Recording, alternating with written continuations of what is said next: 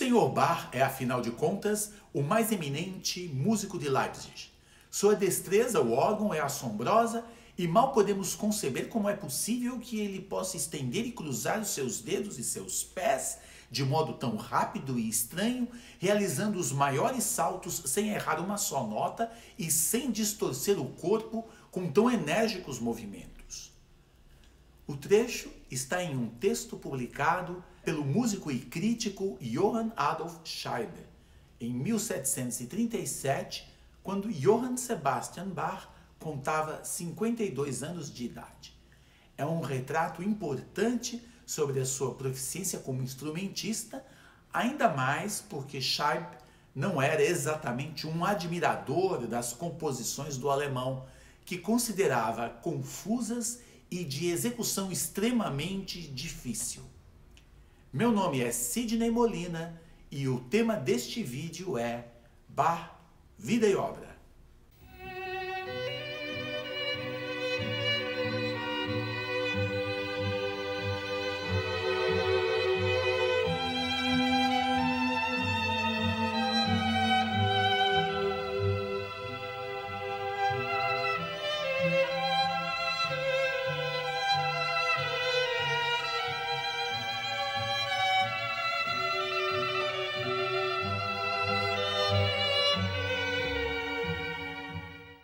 Filho, neto e bisneto de músicos, Johann Sebastian Bach nasceu no dia 21 de março de 1685, na Turíngia, região que fica no centro da atual Alemanha.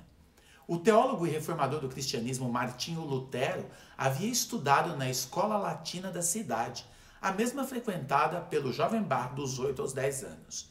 Foi também no castelo de Wartburg, situado em uma colina sobre Eisenach, que, mais de um século antes do nascimento do músico, Lutero traduzira o Novo Testamento para o alemão. É certo que a oferta musical veio de casa, mas é difícil entender a trajetória de Bach sem levar em consideração os estudos humanísticos e a exposição a estilos e técnicas musicais diversificadas a que se submeteria, ainda bastante jovem, no norte da Alemanha. O aprendizado em sua terra natal foi interrompido cedo. Bach perdeu a mãe aos 9 anos e o pai pouco antes de completar 10 anos. E foi morar na casa do irmão mais velho, Johann Christoph, que já era casado, na cidade vizinha de Ohrdruf.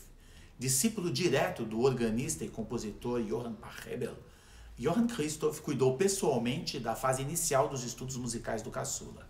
Ao completar o equivalente ao nosso ensino fundamental em 1700, Bach partiu com um amigo para estudar na escola de São Miguel, em Lüneburg, perto de Hamburgo, no norte da Alemanha, região bem mais cosmopolita. Seu passaporte para este grande centro educacional foi a música, mais especificamente a qualidade de sua voz e a prática como cantor de coro. Essa experiência teve importância decisiva em sua formação. Estudou lógica, retórica, latim, grego e teologia com professores importantes. Por meio da tradição francesa proveniente de Celle, cidade vizinha, teve contato com o idioma francês, a dança e a música de Lully e François Couperin. Evoluiu como intérprete de instrumentos de teclado e aprendeu os segredos da construção e manutenção dos órgãos.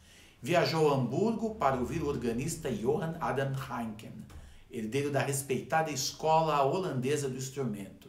Leu Cícero e Virgílio, estudou Aristóteles e provavelmente teve aulas de órgão com Georg Böhm.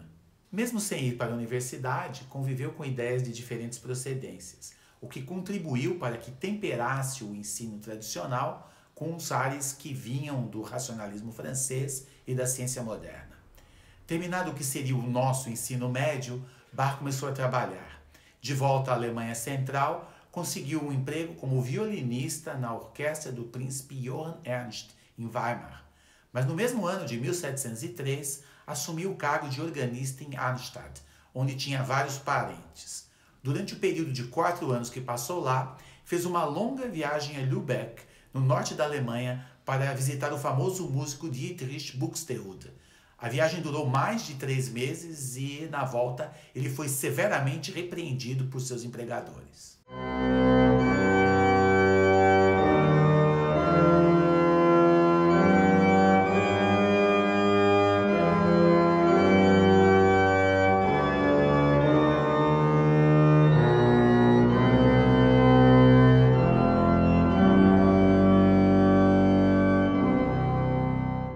Uma de suas obras mais importantes para órgão, a Passacaglia e Fuga em Dó menor, BWV 582, pode ter sido escrita, ou provavelmente foi escrita nesse período, logo após o encontro com Buxtehude.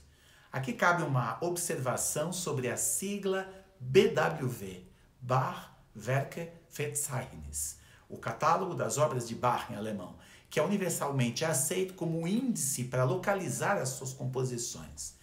Elaborado em 1950 por Wolfgang Schmieder e atualizado várias vezes, o catálogo segue uma ordem temática, não cronológica. De Arnstadt, ele vai para Mühlhausen para ser organista da igreja de São Brás. Lá no dia 17 de outubro de 1707, casou-se com Maria Bárbara, filha de um primo de seu pai que havia sido organista numa pequena cidade da região. Nessa mesma época, compõe também as suas primeiras cantatas. Em 1708, entretanto, volta a Weimar, agora como organista da corte do duque Wilhelm Ernst. A cidade onde mais tarde residiriam os escritores Goethe e Schiller foi o local de nascimento de seus filhos Wilhelm Friedemann e Carl Philipp Emanuel, que no futuro se tornariam compositores de destaque. Maria Bárbara daria à luz a um total de 7 crianças. Em Weimar, onde permanecerá até 1717, Bach torna-se conhecido e passa a ser requisitado para testar e cuidar da manutenção dos órgãos da região. Ele adapta para diversas formações 19 concertos de Antonio Vivaldi e de outros compositores italianos e trava contato com o escritor Salomon Frank, que faria o texto de 21 de suas cantatas.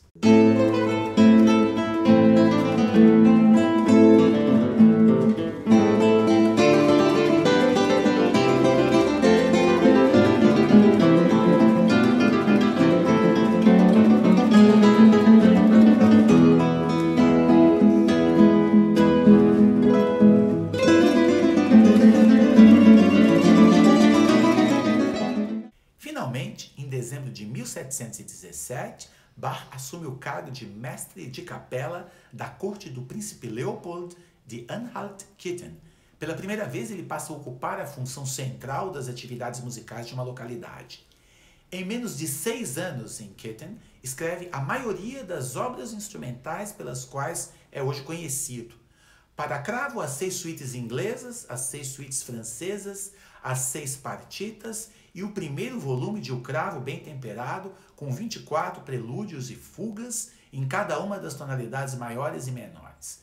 Para violino solo, as 3 sonatas e 3 partitas, incluindo a famosa Chaconne. Para violino e cravo, as 6 sonatas. Para violoncelo solo, as 6 suítes.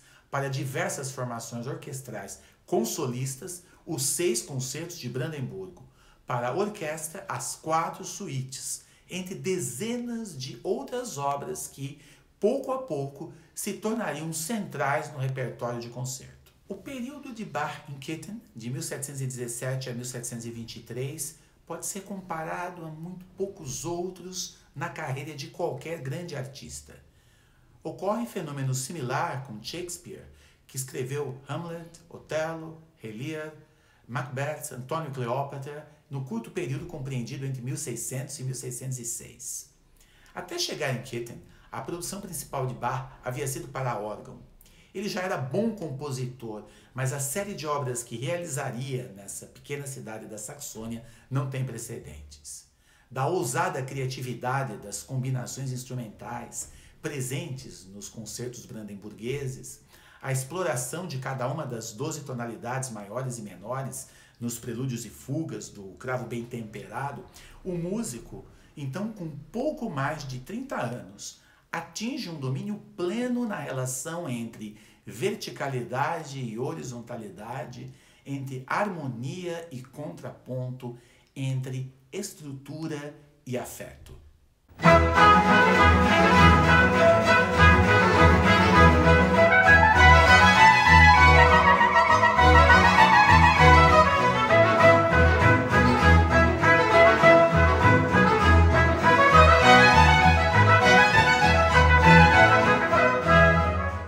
Sob o pano de fundo de uma rítmica austera, Bach tece um jogo artesanal que intui nexos causais profundos entre os sons.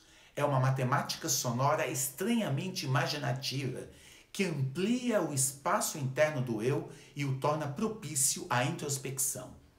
Embora amparada em formas tradicionais, é música moderna, destinada a ouvintes de uma era em que a realidade é constituída a partir do sujeito humano.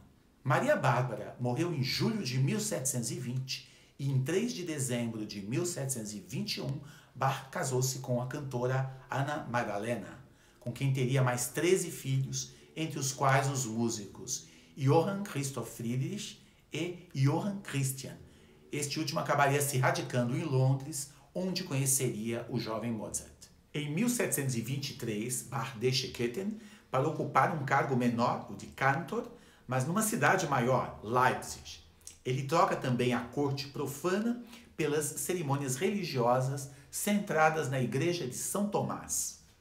Abre aspas, apesar de a princípio não me convencer na conveniência de passar de mestre de capela para cantor, ousei esta mudança. Fecha aspas. Bach escreveu isso mais tarde a um amigo. As novas atribuições, que incluíam atividades na escola contígua à igreja de São Tomás e em mais outras 3 igrejas, certamente lhe tiravam um pouco da liberdade que tinha na função anterior e fizeram com que sua obra se direcionasse de maneira preponderante para a música sacra. Logo no início do trabalho em Leipzig, Bach passa a dedicar-se à composição do primeiro ciclo de cantatas destinadas a cada uma das celebrações do calendário eclesiástico, que inclui todos os domingos do ano e um grande número de feriados. Seu obituário menciona a composição de 5 desses ciclos completos, dos quais chegaram até nós, de forma quase completa, apenas os 3 primeiros. As mais de 200 cantatas presentes em seu catálogo somam-se obras sacras como Magnificat, de 1723, a Paixão segundo São João, de 1724, a Paixão segundo São Mateus, de 1727, a Missa em Si menor, de 1733, e o Oratório do Natal, de 1734. Apresentada pela primeira vez no dia 11 de abril de 1727, uma sexta-feira santa, a Paixão segundo São Mateus foi escrita para vozes solistas, 2 coros e 2 orquestras. Além do Novo Testamento, utiliza textos, nem todos originalmente de caráter religioso, de pelo menos 3 diferentes autores.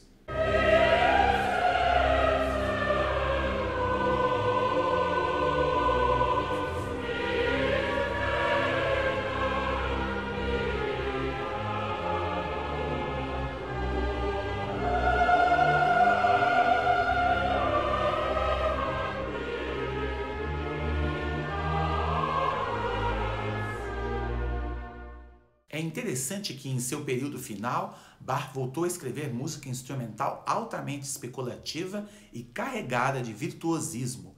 As variações Goldberg para cravo, de 1741, o segundo volume de O Cravo Bem Temperado, 1742, nova coleção de prelúdios e fugas em todas as tonalidades maiores e menores, a Oferenda Musical, de 1747, que compôs após encontro com o rei Frederico II da Prússia, na cidade de Potsdam, onde seu filho Carl Philipp Emanuel trabalhava como músico da corte, e a Arte da Fuga, 1749-50, que deixou inacabada. Bach trabalhou em Leipzig até o final da vida e lá morreu em 1750. Em 1736, havia recebido o título de compositor da corte, ao qual havia aspirado durante muito tempo. Não é exatamente verdade, como se diz frequentemente, que Bach tenha sido completamente esquecido até o resgate da Paixão segundo São Mateus por Felix Mendelssohn em 1829. Seu legado foi transmitido pelos filhos e chegou aos principais músicos das gerações seguintes. A primeira biografia foi publicada por Nikolaus Forkel, ainda em 1802. E entre 1873 e 80 surgiu o amplo trabalho do historiador Philipp Spitta. Mas o respeito severo dos compositores e musicólogos clássicos e românticos jamais faria supor que, ao longo do século XX, a posição de Johann Sebastian Bach pudesse adquirir a estabilidade e a centralidade que passou a ter no cânone da música ocidental. Nesse sentido, sua música é hoje mais contemporânea, no sentido de ser estudada, praticada, registrada e apresentada do que foi em qualquer outra época. Há em sua obra um diálogo silencioso entre palavra e som, voz e instrumento. Em sua última fase, o derradeiro coro da Paixão segundo São Mateus, original de 1727, cujo texto diz: "Prostramo-nos com lágrimas perante o teu túmulo e clamamos, repousai docemente", pode aparecer, sem palavras, no terceiro, aparentemente singelo, movimento da partita BWV 997, que mereceu, ainda durante a vida de Bach, uma versão para alaúde. Deixe o seu like e não esqueça de se inscrever no canal.